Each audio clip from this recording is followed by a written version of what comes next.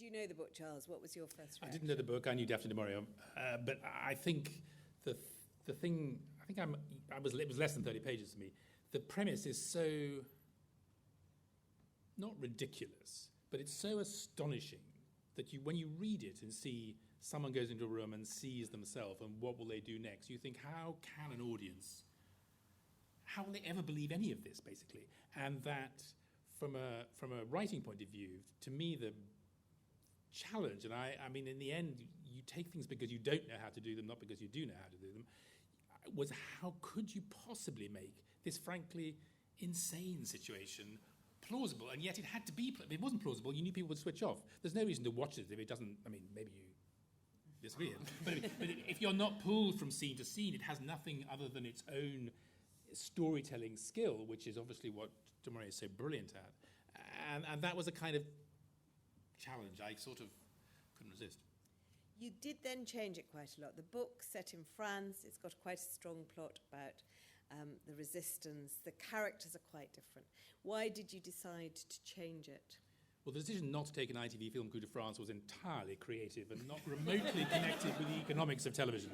But truthfully, that lots of things are different between a book and a film because you can see into the eyes of the person who's talking. One of the frankly, complications about doing the book as it is written. She wrote it because she went on a kind of who do you think you are trip to France to find out what the Du Mauriers were about as a family. They were, you'll be surprised to learn, glass makers or glass blowers. And being the professional, literally professional novelist she was, she made a book out of the trip. But the premise of the book requires you to believe in an Englishman who speaks remarkably good French to a French family who believe he's French.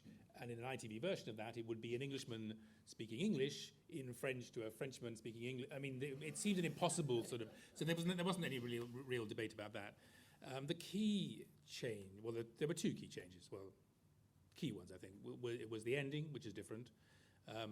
In the book, if I can characterize it this simplistically, if it's a story about a good man entering a bad man's house, the good man comes out, the bad man goes back in again. And I didn't feel, because you didn't really see what happened next, that was very satisfying for an audience. And I was given a certain amount of courage by Daphne's granddaughter, Grace, who gave us an account of a conversation with her grandmother about her...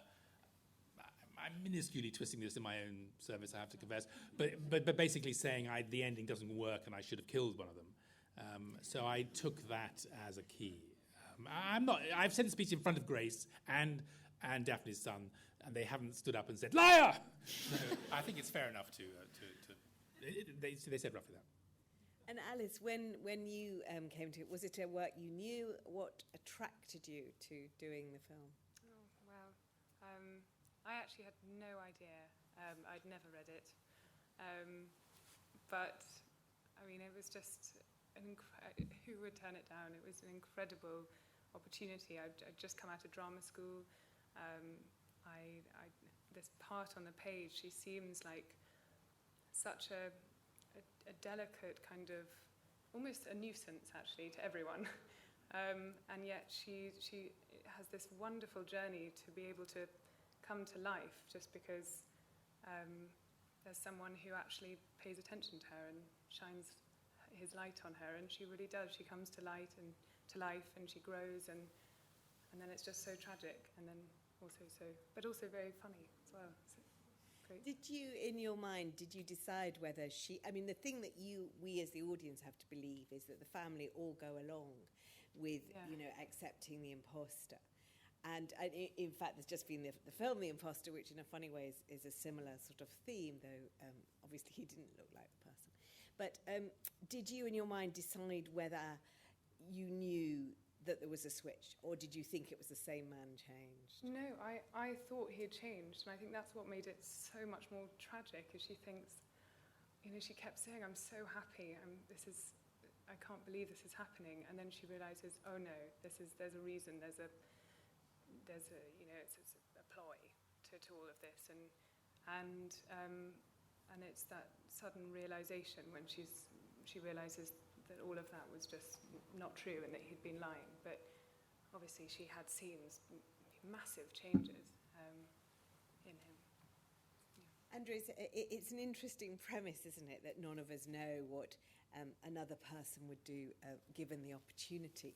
And strangely, when I watched it, I thought slightly of Moriarty. It may have been partly because I was coming to see you. But I mean, that moral debate about what we will be pushed to do is an interesting one. Was that part of what attracted you to it? Yeah, I suppose that part of it is interesting. I think for me, what chiefly attracted me to it was Charles gave me my first ever job in London. He owed me. No. And in Longitude. So I was very delighted to get the opportunity to work with him again. And what's he like to work for? What pulled you back? Remember what we said? Yes, I do. Well, I think you always know with Charles that it's going to be he's going to do something very interesting. I'm absolutely amazed at the job that Charles has done on this. I think it's a really difficult job to try and make that idea of making it a plausible thing that people just don't go, what the hell is this? Halfway through it, I think it's a very fine line to tread, and I think he's done that really, really beautifully. And was part of the appeal for you playing a sort of a good character? Yes, I think. Yeah, because you have become slightly famous as a very unpleasant character. Yes, yeah, I think that's absolutely. Yeah, I've tried to steer clear of psychopaths for the past couple of jobs, but also it was the cast, to get to work with Matthew, and a lot of my stuff was with Sheridan Smith, who's an actress I've long admired. So yeah, I was just happy to be involved. Jodhi, is it difficult for a cast to sort of think themselves into a period? I mean, it's very specifically set, this piece, and you know exactly where you are from the minute it starts. Does that make a difference that your choices? Well, it's a huge pleasure really to be able to kind of steep yourself in the period, and we did kind of look at diction and accents, and actually I kind of thought I had a huge amount of fun with that in a way, and that was part of the attraction really. So yeah, no, I'd say that's kind of it's great. I love when you get to kind of inhabit an entirely different world and a period sort of down to the most minute kind of detail.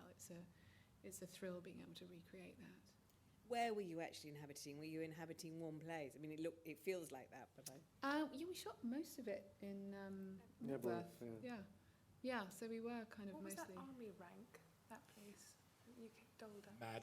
I think when you use the words like steeped and inhabit, you need to understand that, and Jodhi was a particular victim of this, but that this film was made incredibly fast, and I think it's fair to say that 85% of Jodhi's part was done between 4 minutes to 7 and 7 You've o'clock. completely blown my cover. I can't believe it.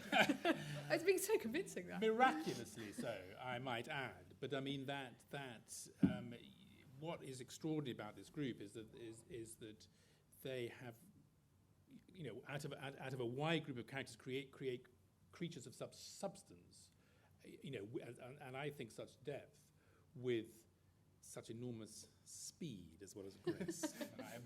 I'm totally in their debt because of that. how quickly exactly was it shot? How long? Very did it quickly. take? Very quickly. Okay, you said loads than that. 24 days. 24 days. It's fast. And did that take into account doing the filming with Matthew where he's playing himself? I mean, Yes, how weirdly, did you do? schedules never being what you want them to be. We did all the key scenes, including the scene in the Gents was the first afternoon. Literally, it was hour 5 of the shoot, because economics is what runs film, and you'll not be surprised to learn there's only one actor in that scene, and it makes economic sense to use the scenes with one actor at one end of the script for the other. So that all those early twin scenes were the first things we shot, which was scary, frankly. I mean, because they required a degree of of technical construction. If you look at if you go back and look at the Alec Guinness film, because you become obsessed with how you present the twin. In the trailer, which is the bit that's on YouTube, you'll see the two of them sitting at the table in in the bar talking to each other, and as they talk, the glasses jump across the table in the trailer. And that is the kind of thing that you sweat over in trying to make those sort of those doppelganger scenes work. Yeah, and for Matthew doing that and that sort of nuance of character that I think he really pulls off, I hope other people agree, on the very first day, without pantomiming, keeping it subtle, keeping those characters very different, I think was absolutely amazing. Extraordinary. Yeah. And with the whirring camera as well, Charles, I mean, was that very much how you saw it from the first, or was that sort of improvised because it was the first day? Sorry, which one? The whirring camera sort of the camera circling him in the initial scenes, was that always how you imagined it? Actually, this is the rub. He's circling, and the cameras in that instance had to be still because of the technique. But no, in fact, that was the scene that I wrote first, and I wrote as an audition really, because one of the curious things about the moment you see yourself is it's a double take basically, and it's kind of unshootable because you go, oh my God, who's that? And how do you make that into a scene? And really, what you get there is a dance. You get a look, a double look, a second look, a walk in, the other one looks at the other one, the first one looks at the second one, in order to pull that out at a pace that we could appreciate exactly what was happening. But that was possibly the least improvised scene of all, because we had to plan it in order to, deal with. Get him to change his hair now. No, change his jacket. No, his tie's got to be a bit straight. No, his hair's got to be left a bit. Okay, no, turn over. Don't move the camera. It's all coming back to us now. That wasn't me. That was the first assistant. I was really fast. Jodhi, do you think, I mean, it's interesting that Du Maurier has been so much adapted. I mean, are there qualities in her work that you feel are, that make her such a popular choice? I mean, it's odd talking about her in the context here of a Hitchcock season where you return to her over and over. I kind of found, I didn't know much about her at all until I started the project, and I was kind of doing some prep reading and read a biography about her, and I started to realise how utterly fascinating she was, and her life was kind of extraordinary. I mean, obviously she had this kind of dual life and this dual identity, which I think is so much of what this particular novel is about. It's about duality, and it's about irreconcilable selves, if you like.